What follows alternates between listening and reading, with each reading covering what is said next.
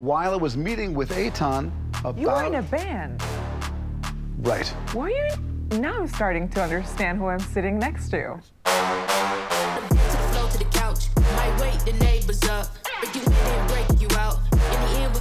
Hello, hello. Hi, how are you? Good, how are you? I'm well. My name is Danny. I'm Michael. Michael, nice to meet you. Nice to meet you. What's going Welcome on? to the sofa. Thank you. Pleasure to be here. We're gonna do this in English. Nice blanket. You want to use the blanket? I'm good. Okay. You used your blanket. It's our blanket, but I let every person blanket. decide. I'm just a guest. Usually men don't go for the blanket, you know? Right. It's well, a I'm thing. not that cold yet. Okay. But we'll see. All right, all right. How are you? I'm well. How are you? I'm good. You live in Israel. I do now. And I know I do like on again, off again. And I know we can do this both in Hebrew and in English. Yes. But we're doing I'm a this. switch hitter.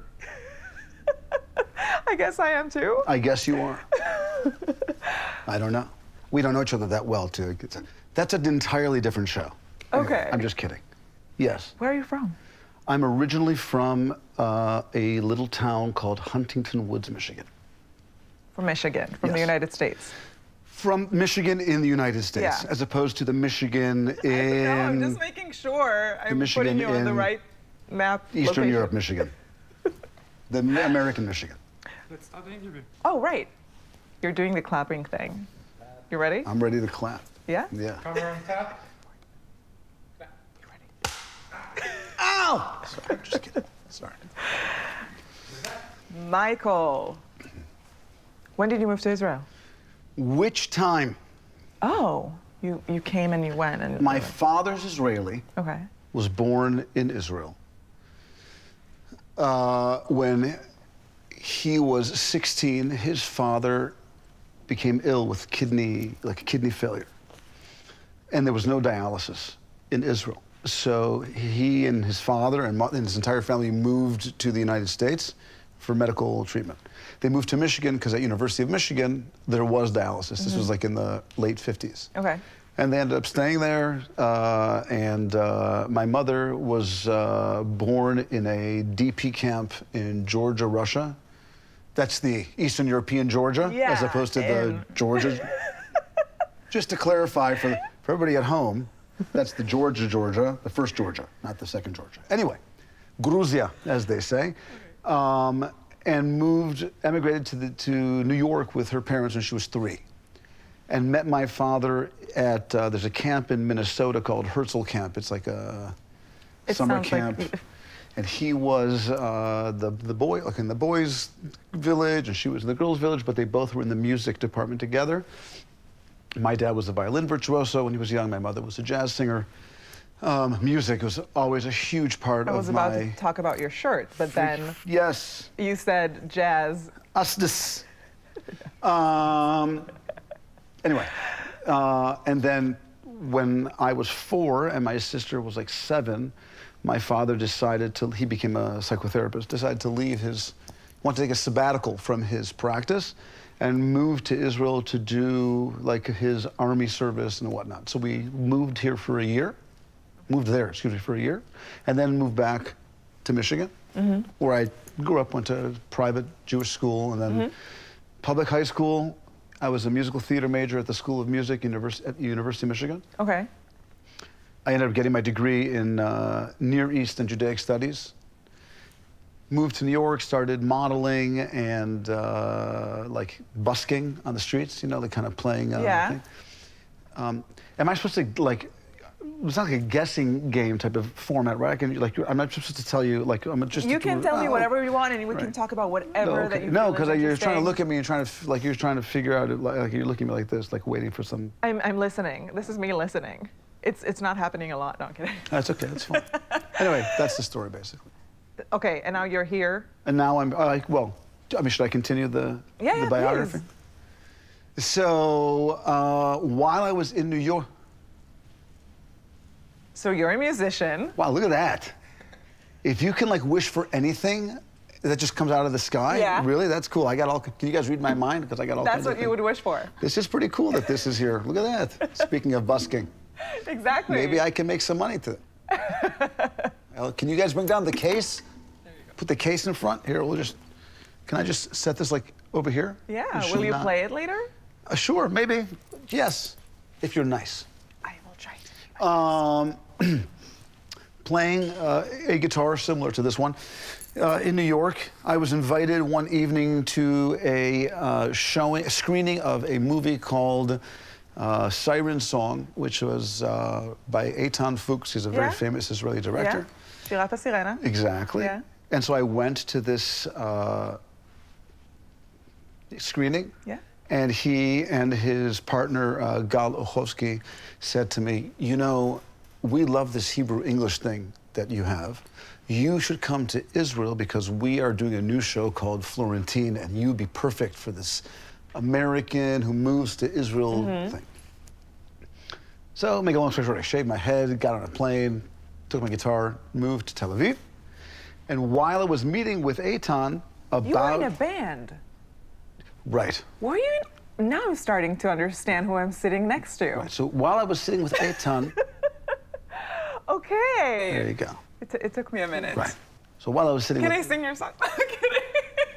So should I continue the story, or Yes, do you... please, No, I please. don't want to... I don't want to disrupt you. No, you're interrupting me. I didn't know if I was supposed to, like, tell, you know... No, you need to talk I'm until right I about to figure get exactly to, like, what I think you think that I think that you Okay, think. okay, let's do this. But okay. Continue. So there used to be a cafe on Shankin Street in Tel Aviv called Tchelet, and I was sitting there with Eitan. And while we're talking about the script for this Florentine thing, he shows me an ad in the newspaper that they're auditioning guys to be in a boy band. And there's a guy named Captain. It's a weird name. He's auditioning these guys to be in a band. So he sent me this number, and I went and I auditioned, and I got in. And make a very long story short, we became the biggest pop band in the history of this country for, there you go, for 4 years. Right. Okay, yeah. Exactly. And then I left the group, and I went back to Detroit. And then while I was here in our group in High Five, the band was called High Five, and we were, for those who don't know, we were like a boy band that was created exactly. I mean, I'll get back to that in a second. Just quickly finish the bio. I left the group. We were a huge success. I left pretty much at our height, or shortly thereafter, or where I felt sort of we were kind of like almost going to that. Yeah.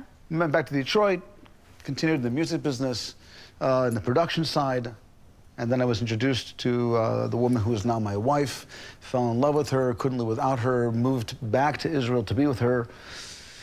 The music business and entertainment business didn't really wait for me when I came back here. It wasn't like a thing. And then since I've been back here since 2006, I'm married, I have 4 beautiful kids. Tfu, tfu, tfu.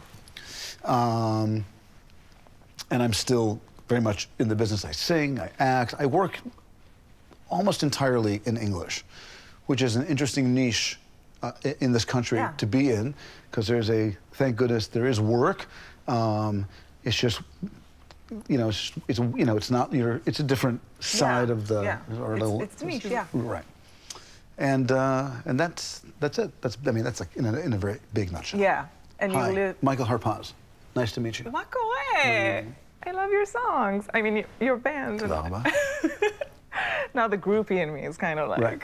And it's quick, not really a footnote, but in 2016, was it? Yeah, 2016. We were about to have a big reunion concert, and a good friend of mine who was in the band had an insane story, which is there's a documentary right now on television all about it, with a tragic end where he drowned, and we didn't have a reunion. He got sick with cancer, and then he didn't have cancer, and then anyway. So we can get into that too if you want, but that whole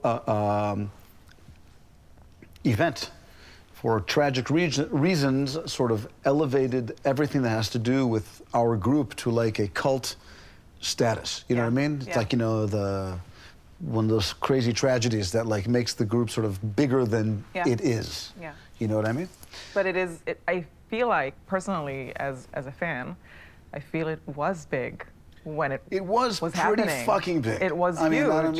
huge. They told me to be honest with you, so I'm being Should honest. I tell you what grade I remember, like, you from? Go ahead. I think I was in the 5th grade. 5th grade? 6th grade, yeah. And you guys were huge, and we listened to your music all the time, and in dance, like, routines and stuff. So, yeah, pretty big. Well, to grow up and have that amazing band with us. The insanity, I think, stems from, it's a different, I work a lot now with a lot of Israeli artists who are trying to spread their wings overseas.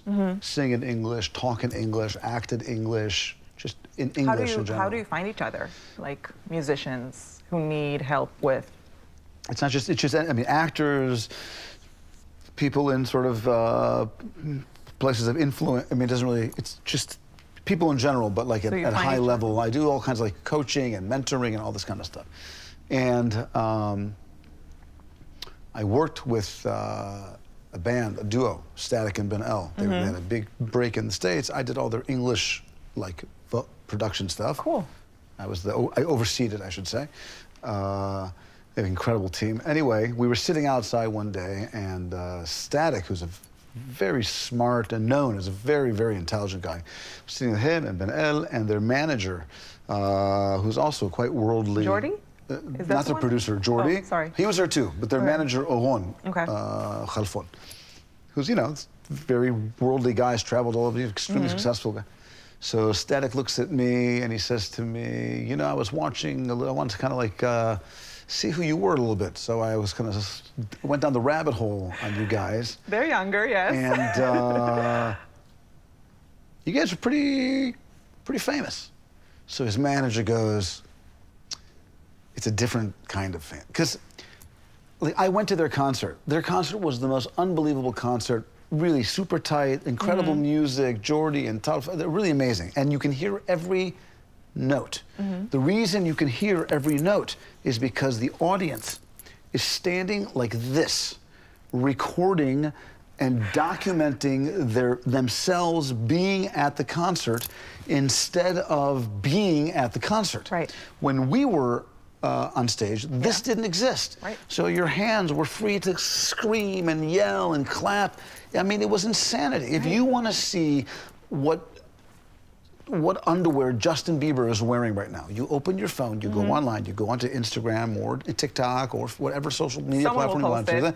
You post it. Now you post it, you touch it, it clicks, and in the United States, there's a little link, and a robot will deliver it to your house within 6 hours. Yeah. Or it's free. I mean, it's that convenient. I never thought about that. If you wanted to see Amir Frischer Gutmann, may he rest in peace, you had to go to our record label or our management office on Bugershov Street in Tel Aviv and sit there and wait, or find out where he lived and sit there and wait.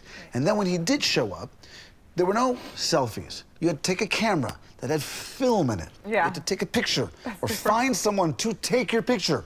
And like, at 2 in the morning, when the guy comes back from a show, he's all sweaty and disgusting, and there's 40 girls waiting outside his apartment, and they have to wait in line and snap, snap, snap, snap, snap, snap, snap. Then you've got to go and take it and get the film developed. Look at the perseverance that a person needs. Right? It's like, there was no, You really want to meet that guy. And we had like a big brother in our group. He's like, I call him like Israel's version of Dave Grohl. Okay. His name is Shai Lahav. He was in a band called... The Israeli version of Dave Grohl. Yeah. That's a big... I think so. Okay. I mean, he doesn't play drums, he plays keyboard, but he's a songwriter, and he wrote a majority of our hits. He wrote and produced. Okay. So, in my mind, he's a fucking genius. Okay. And Dr. Casper's Rabbit Show, that's his band. Okay. Which I think is kind of like a Foo Fighter-y type of comparison. Yeah, that's fair. And a duo. So anyway, he was like our big brother. He helped. There was like a jury of people that were selected by the record label. It's a very long. I don't want to get into this whole. But since I'm interested in everything. If I'm digging too, they wanted to make a boy. It was at a time when boy bands were the biggest thing going on in London and in Germany. So they said, well, we'll do that. We'll audition and we'll get group of professionals, the best choreographer, the best producer, the best and we'll pick them and audition them and build them and make them and whatever it is.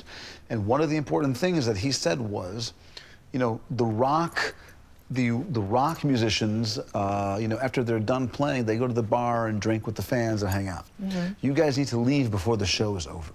So they can't find you. They can't hunt you down. You can never be, when you sing, you come like this close, but she doesn't touch you. Because if she touches you, you become real. Yeah. And once you're real, you're no longer like a god. So what do you think about the difference between then and now? Well, there isn't that real, kind of fanaticism. I mean, maybe like, you know, I know like in Asia, you know, there's that kind of insanity. Yeah. Still, specifically for that age group with the teens and whatnot. But for the most part, it's not, you know, like that anymore. You know what I mean? Right. That Michael Jackson, like you said, type of insanity where like, you know, we couldn't. I mean, I couldn't leave my house without bodyguards. Right, but Beyonce or Taylor Swift, like, they are phenomenons that change economies. So, you're right. Like, on the one hand, but Taylor Swift can, like, go out and, and walk outside. In New York, yeah. We couldn't go anywhere. It's just a different time. It doesn't exist. That whole, you know, it's like before social media. It's like, you know, anybody who saw anybody would just freak out because, you know, you couldn't see them on at the click of a finger if you were interested while you got bored talking to whoever was, you know, talking away. Wow. You know what I mean? Yeah. We are out of time. All right. And I'm so happy that you came here. Happy to. And that we did this in English. First time a sofa show is being done in English. Well, I'm glad to have been your first foray into the English language. I hope I did all right.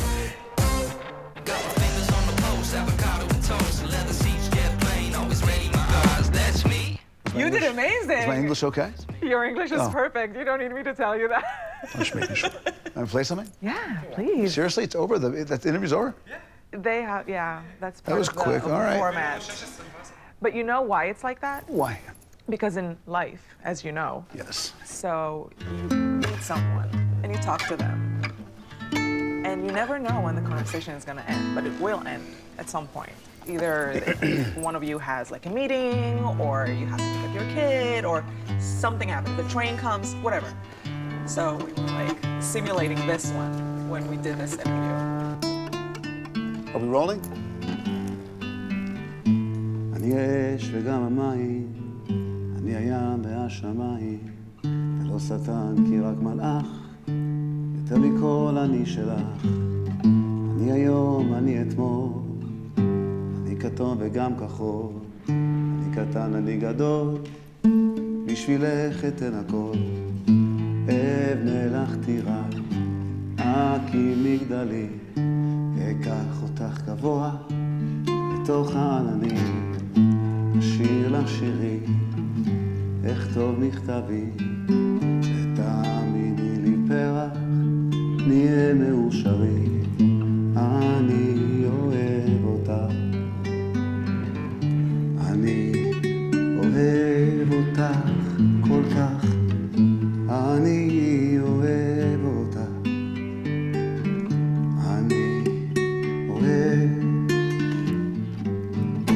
אני צוחק, אני בוכה, אני מוצא ולא מוצא, ואם יוצא או לא יוצא, חוץ ממך אני לא רוצה. אני איתך ורק איתך, אני איתך וגם תודה, ואם עכשיו או אחר כך, יותר מכל אני שלך. אבנה לך טירה, אקים מגדלים, אקח אותך גבוה לתוך העננים, אשיר לך שירים, אכתוב מכתבים, ותאמיני לי פרח נהיה מאושרים. אני אוהב אותך, oh yeah, אני